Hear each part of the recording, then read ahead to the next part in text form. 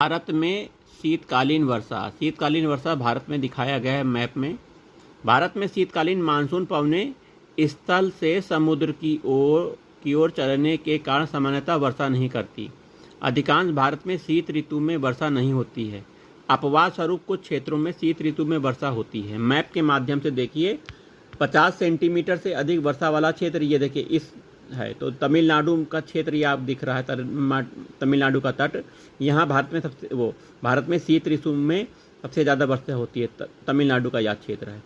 पूर्वोत्तर भारत में भी देखिए कुछ क्षेत्रों में शीत ऋतु में वर्षा होती है, और उत्तर भारत में देखिए यहाँ पर शीत ऋतु में वर्षा का क्षेत्र दिखाया गया है। वहीं 25 सेंटीमीटर से 50 सेंटीमीटर के बीच वर्षा होने का क्षेत्र देखिए इससे ये दिखाया गया है। तो ये तमिलनाडु का ही क्षेत्र है, पूर्वोत्तर भारत में और उत्तर भारत में 25 से 50 सेंटीमीटर।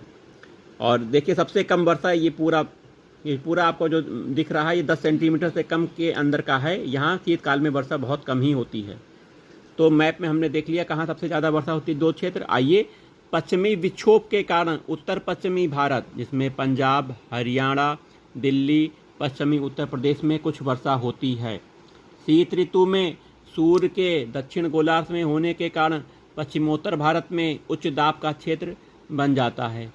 पवन प्रवाह उत्तरी पश्चिमी भारत से दक्षिण पूर्व की ओर होता है एवं भारत के पूर्वी तटीय भाग में व्यापारी पवनों के प्रभाव से वर्षा होती है।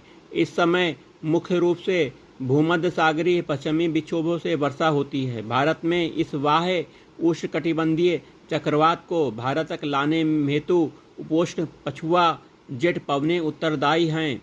इन चक्रवातों के पूर्व की ओर बढ़ने से इसमें वर्षा की मात्रा कम होने लगती है।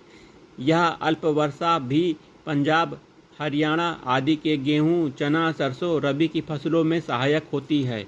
राजस्थान में इस वर्षा को मावठ कहते हैं। हिमालय क्षेत्र में हिमरेखा के ऊपर इनसे हिमपात होता है।